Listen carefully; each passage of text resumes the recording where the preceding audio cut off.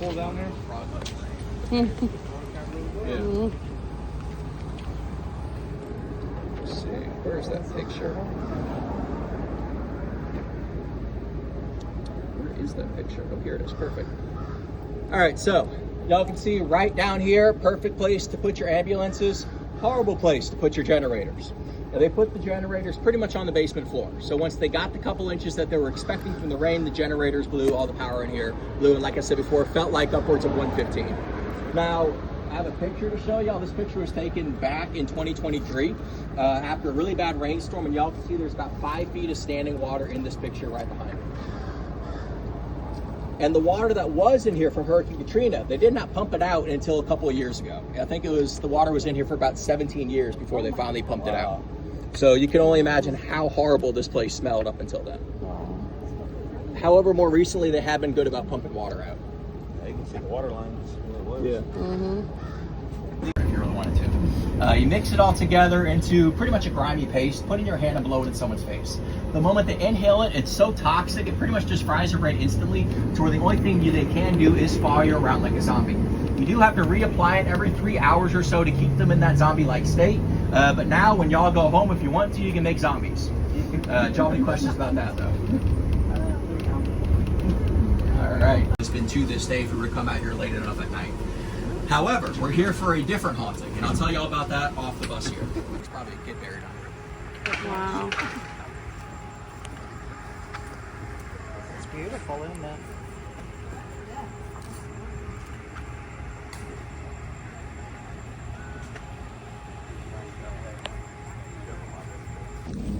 Oh, the little squirrel. They're actually on. They're only up to like 2 or 3 feet, so Okay, but now not any bigger than a small dog. eat them first. Small dog. All right, so like I said before, the haunting that we're going to talk about is a haunting that we found on accident.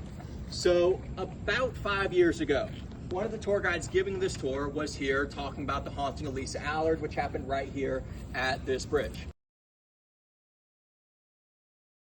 Right here on this lagoon. And unknown to her, she had a psychic medium on her tour. The psychic medium kept walking away from the group going to this tree. So our tour guide, of course, asked, why are you coming over here? Why do you keep getting drawn here? And the psychic medium said that she kept getting the idea that there's a little boy by the name of George buried somewhere around this area. After hearing this, our tour guide actually ended up telling our boss, who is a psychic medium herself, and she decided to take this very seriously. So she came out here about a week later with that tour guide and a new psychic medium that knew nothing of the first, that ended up holding a seance. They got in contact with 2 different spirits. One, an 8-year-old boy by the name of George, and the second one, an unnamed girl who was about 6 years old. Now, George did a majority of the talking. He said the other 2 kids, or the other kid was way too shy, and he also said there was a 3rd kid right around the age of 3, another little boy there with him. And he said back in the 1920s, they were hanging out here at City Park, over where the playground area is, where they have the roller coasters and the random rides and all to this day.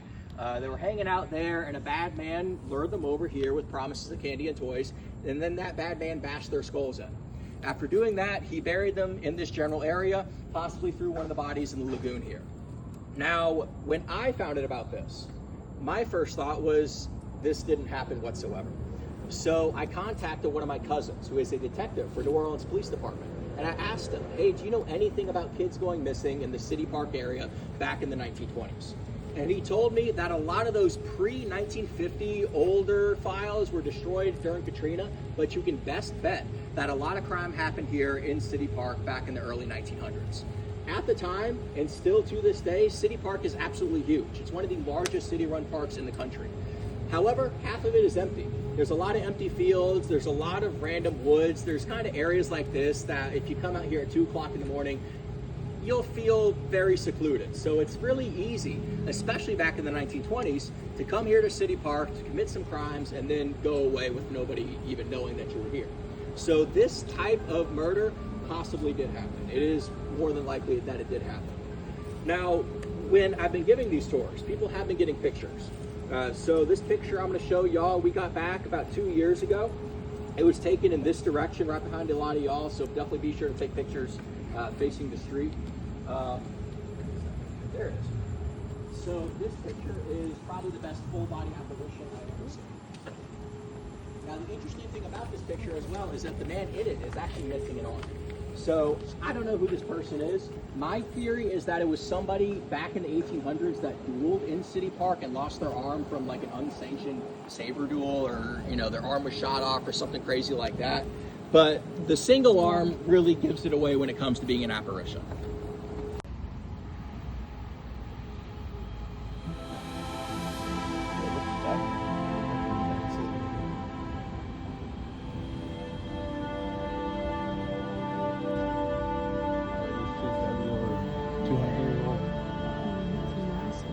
It's probably the biggest tree I've ever seen.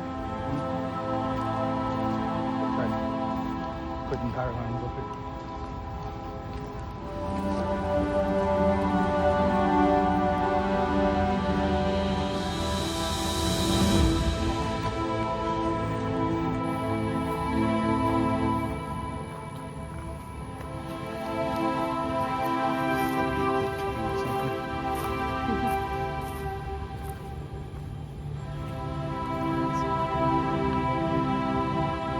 At the time, we had so many dead bodies, we didn't know what to do with them. We would take our loved ones and throw them out in the street to let them rot there. We would bury them in the backyard, bury them in open field, throw their bodies out in the river or the lake, pretty much bodies everywhere. And the local government hated this. It was a very bad look to have dead, diseased bodies lying up and down your streets. They said if you do want to bring your loved ones somewhere, initially they would say bring them to specific streets and neighborhoods, like for instance the French Quarter was bring them to Dumaine Street, but it eventually evolved over time. When we started having summers of 10,000 people dying, we would evolve it to just bring your bodies to the cemetery and line them on the cemetery. We will bury them once we get to them. So when people would bury these bodies, there was a specific process that they would follow. So when we pull up to the cemetery, y'all are going to see that there is one gate in the middle, and then one gate on one side of the cemetery, and then no gate on the other side of that main gate. So there used to be a third gate. You have one main gate and then two smaller gates. When you're holding big funeral processions, you usually go down that main gate, down the main road. However, when you're just visiting bodies, you go in the side gates, like the gate that we're going to be going into to get into the cemetery. Now, the reason why they would do this whenever visiting the bodies and prepping for funerals and all is mostly because of that street. That street that goes down the middle of the cemetery is called the Street of the Dead. You actually do not want to cross over that street. By crossing over that street, you are entangling your spirit with the one inside of that cemetery. So it is a really easy way to bring a spirit home with you by crossing over that street. So if you're visiting someone on the left side of the street, you go on that left gate. Visiting someone on the right side, you go right gate, so on and so forth. So they would more than likely use those side gates for smaller funerals and just quick burials. They'd only use that main gate if they, had a dignitary, someone really special being buried. Because they never wanted to cross over that street, which, by the way, is something that we are going to be doing once we get in that cemetery.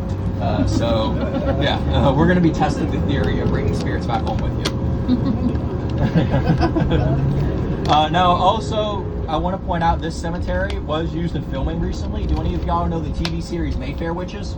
Yes. They just recently filmed, I can't remember whatever season they're on now. Do y'all know? Season 2. Okay, so they filmed season 2 in this cemetery. And I actually was giving tours when they did it, and we had to go into Freeman Cemetery too because of that. But if y'all are ready though, follow me right off the cemetery.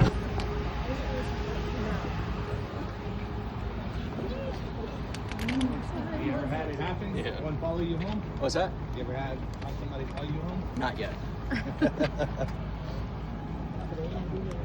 It might be.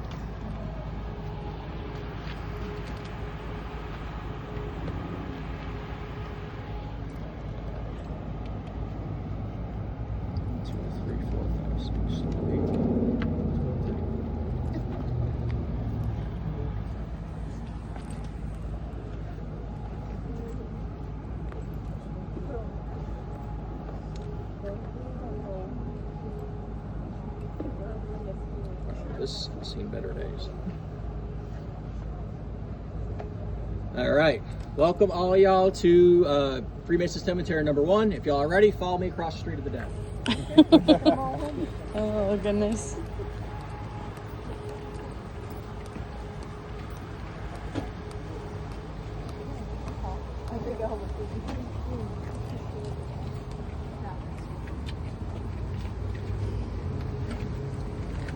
right, so there's a couple of types of ways that we bury here that I want to point out real quick. The first one right here, this is a coping grave. Here in New Orleans, our water table is at 5 feet. So you dig 5 feet down, you're hitting swamp water. If you need to bury 6 feet under according to certain religions, you can't really do that here without bringing the ground up. So we bring the ground up a foot or two to bury that 6 feet under. Now these coping graves, they can hold a lot of people, especially modern coping graves. The way it usually works when you bury a body here is you bring the body over to the crematorium, you cremate them, put them in a little baggie about the size of your fist.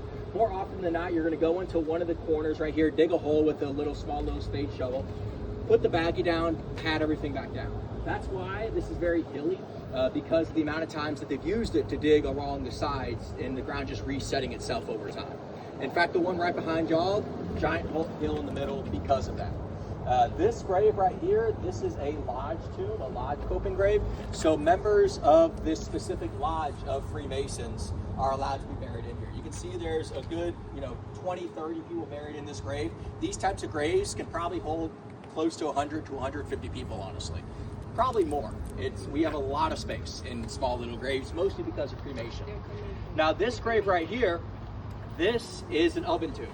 We call them oven tombs because they are literal ovens inside of them. In the summer times, like right now, it's probably 400 degrees inside of this tomb. They cremate the body over time. The Catholic Church did not allow cremation until the 1950s. So back during years of yellow fever, when we had, like I said before, 10,000 people die in a summer, we had to figure out how to make these bodies as small as possible, as fast as possible. So we started building with these tombs.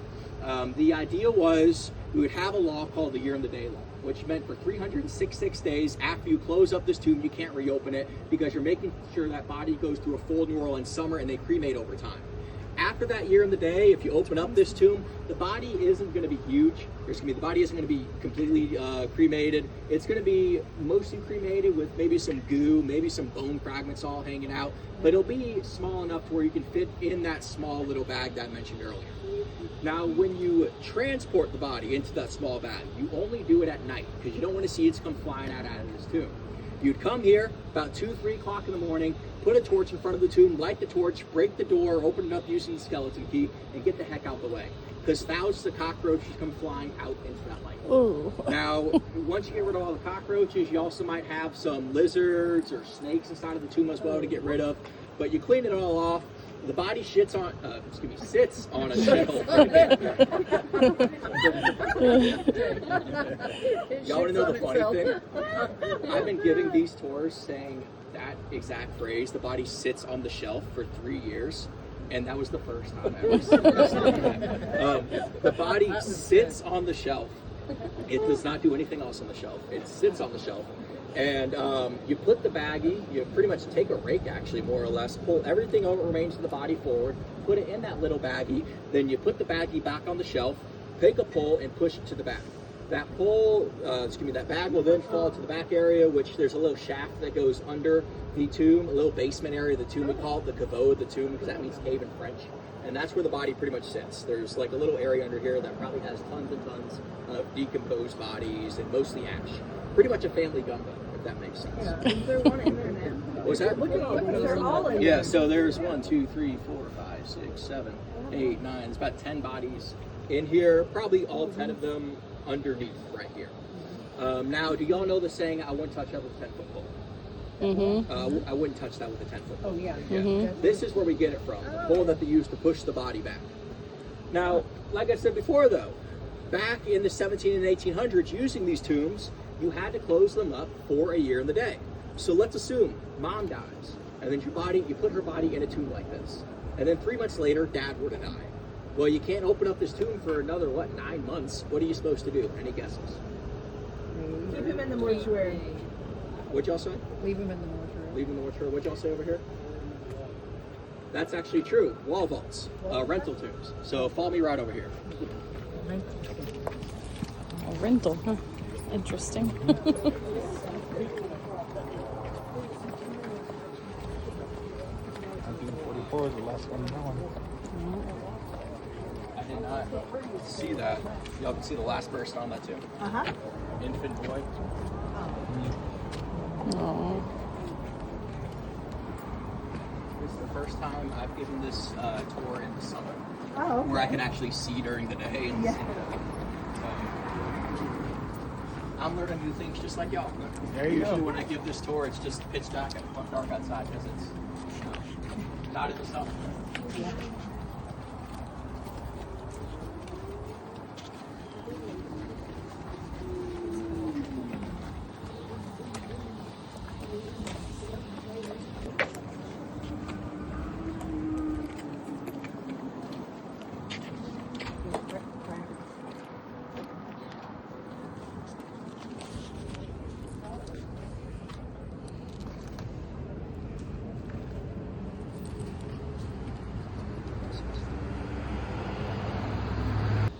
So, like I said before, you would rent out tombs. So right behind y'all are some wall vaults. We call them wall vaults because they're vaults on the wall, pretty amply named.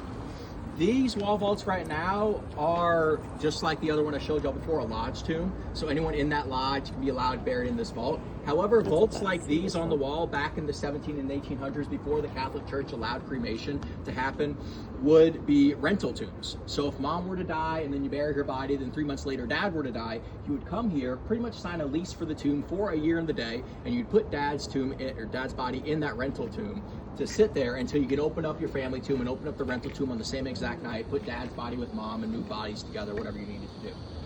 Nowadays, a lot of these are, like I said before, lodge tombs or society tombs, like firefighter society or Elks societies and all. Or there might be cheaper alternatives for tombs. Because these large tombs right here, these oven tombs, can be like $50,000 a piece. And you can have something smaller for this for closer to $5,000 to $10,000. So it's a cheaper alternative. The only issue is that you have a communal caveau with pretty much every other person in that tomb, so you'd have to make a lot of new friends. But you can still fit a lot of people in those tombs if you work hard enough. Now, another thing I want to point out in this area is this right here, this piece of this slab of concrete on the top of the tomb. This, in short, pretty much means it's closed forever. So if you see any sort of tomb with concrete on top of it, that means the family, or at least the last of the line of the family, has decided that no one else can be buried in that tomb. They can do this for financial reasons, they can do this for the last of the line reasons, they can just do it to be petty. There's actually a tomb right over in this area, I can't remember exactly which row it's in, but it is a mother and father, and they closed the tomb forever, not because they were the last of the line, but because they didn't want to be buried with their kids. So it literally says closed forever on the tomb as well. So you can do it a lot of different reasons. But the main reason a lot of people will do this is because they're the last of the line. And if tombs fall into disrepair, then the cemetery can actually repossess those tombs, they can clean them up, they can sell them off to someone else. So that's the main reason behind closing a tomb forever. Now, another big thing you might see on tombs is the saying perpetual care. That pretty much in short means that the cemetery is going to take care of the tomb and make sure it can always operate. You pay a one-time fee of close to like $10,000 to $15,000 depending on the cemetery. Could be upwards of $20,000 if you're in a higher end cemetery, but they're just going to make sure that your tomb always works. They're not going to water your flowers or replace anything. They're just going to make sure there's no cracks in your tomb, that cockroaches and lizards can get inside them. You can always bury inside your tomb. Do you have any questions though? Now, the main hauntings that happen in these cemeteries is pretty much the haunting of the smell of death. You see, when people would bring family members here to sit them out front, people that died of yellow fever waiting for burial, more often than not, if you have yellow fever, you might not die, you might just go into a coma. And if you wake up from a coma surrounded by a whole bunch of dead bodies, you're probably going to go into shock. And when you go into shock, your body would pretty much prioritize the upper part of it, give you no real control of your legs. So people, they would wake up running around looking like zombies. And the people burying the bodies, it was the 1800s, they thought they were zombies. So they would shoot or stab the bodies until they died. Now, this happened to a lot of people. There was so many reports of zombies jumping up from piles of dead bodies from yellow fever that we ended up having to have a giant medical conference to pretty much tell all of these guards and all of these burial people to stop killing these poor people, that they're just coming out of a coma, going into shock, and get them some water, get them some help. Now, fast forward though to back in the early 2010s. People walking up and down the streets, especially near cemeteries, they would just smell the smell of death. It actually became so potent at times that people would call 911 and call centers got overwhelmed with this call, to the point where our local news got involved. They did a lot of investigating, a lot of interviewing, and that's when we truly found the history behind people jumping up and dying because they thought they were zombies, and just smelling horrible as well because they were in these piles of dead bodies. And that's also when they found out the idea of bringing bodies to general areas in the first place. So I like to tell all y'all, if y'all are walking next to a cemetery and you smell death, it might be the cemetery itself, it might be the person next to you, but it could be, yeah, I love it when I get to that point. It could actually be a dead person walking next to you that died of yellow fever. Do you have any questions though? All right, Why is this one look so different? so this one right here, I was hoping someone's gonna ask. There you go. We'll walk over to it real quick for y'all. Because this one has had a lot of new stuff happen to it. In fact, y'all know the funny thing, we just cut them off.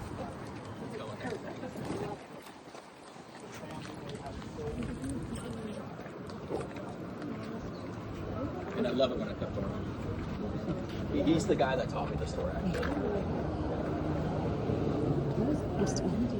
Yes, they are.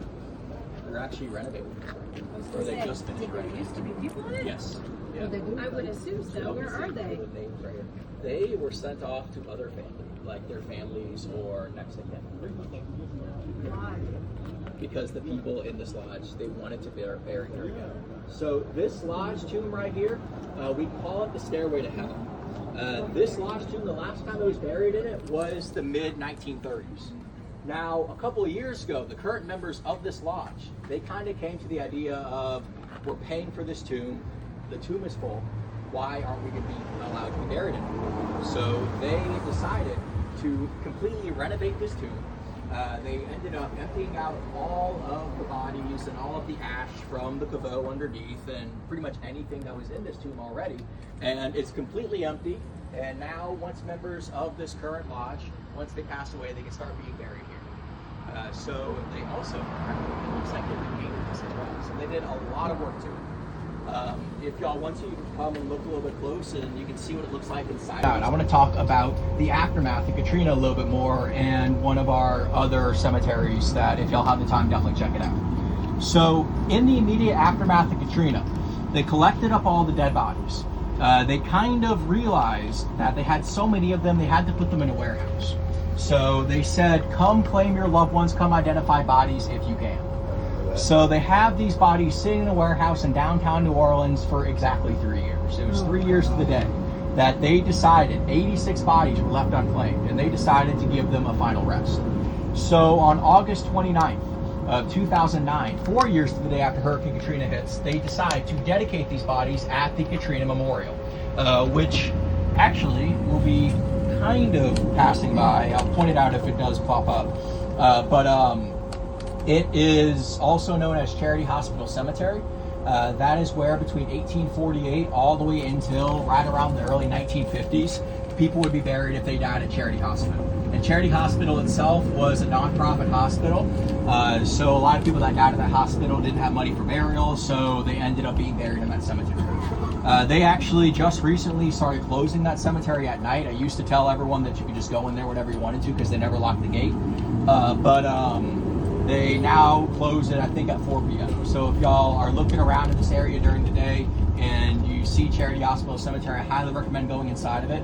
It has the Katrina Memorial inside it with the 86 unclaimed bodies and 6 different mausoleums. And it has a potter's field in the back that has upwards of 150,000 bodies from that 100-year span that they buried them here. In fact, it is right across the street in this general area right here.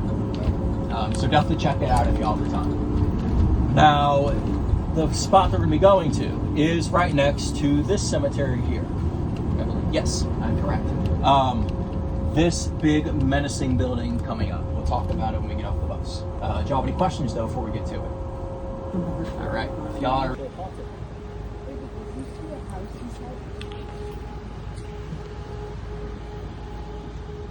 So, right behind me, this place is called the Mortuary. Initially, it was built back in 1872. Now, when it was built as a single family home. It was built for a mother, father, and 6 children. Now, when it was built as well, this graveyard right here, Gates of Prayer Jewish Cemetery, was already here. This cemetery was put up back in the 1850s, and they are literally on the property line on the cemetery.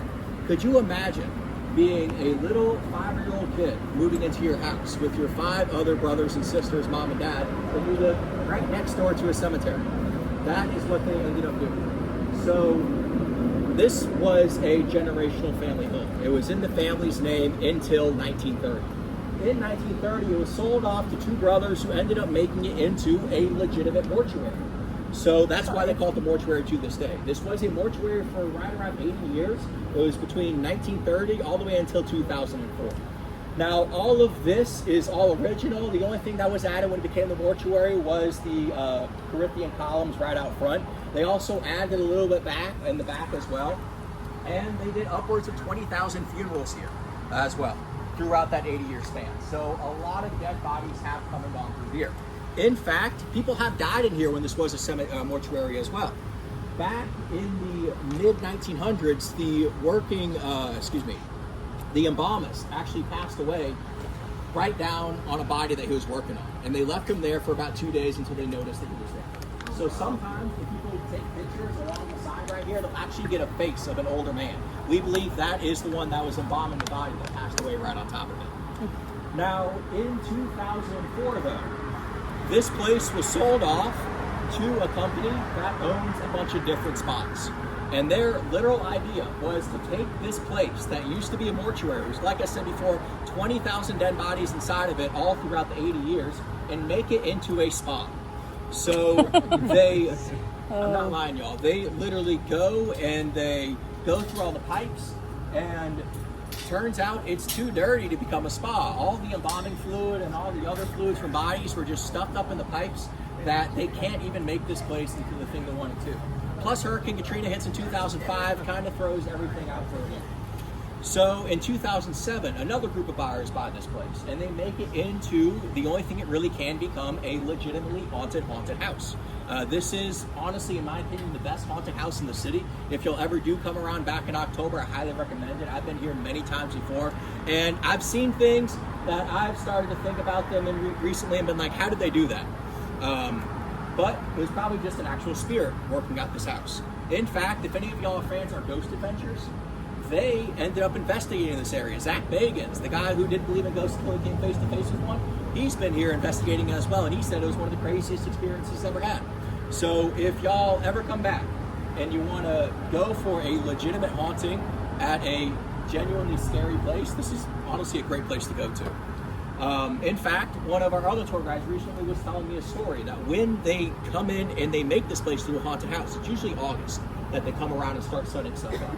And almost every single year that they come here and set stuff up, they go around to the rooms, they come in with coffee, they put their drinks down, go and pick some things up, go back and their drinks are no longer there. That could be the ghost of the guy that passed away on the body. It also could be a ghost of one of the children that passed away here, because there is a girl, female spirit here, about 8 years old, 9 years old. Usually hangs out on the second floor as well. So if you ever come here, you can look forward to seeing dead children too. John, any questions?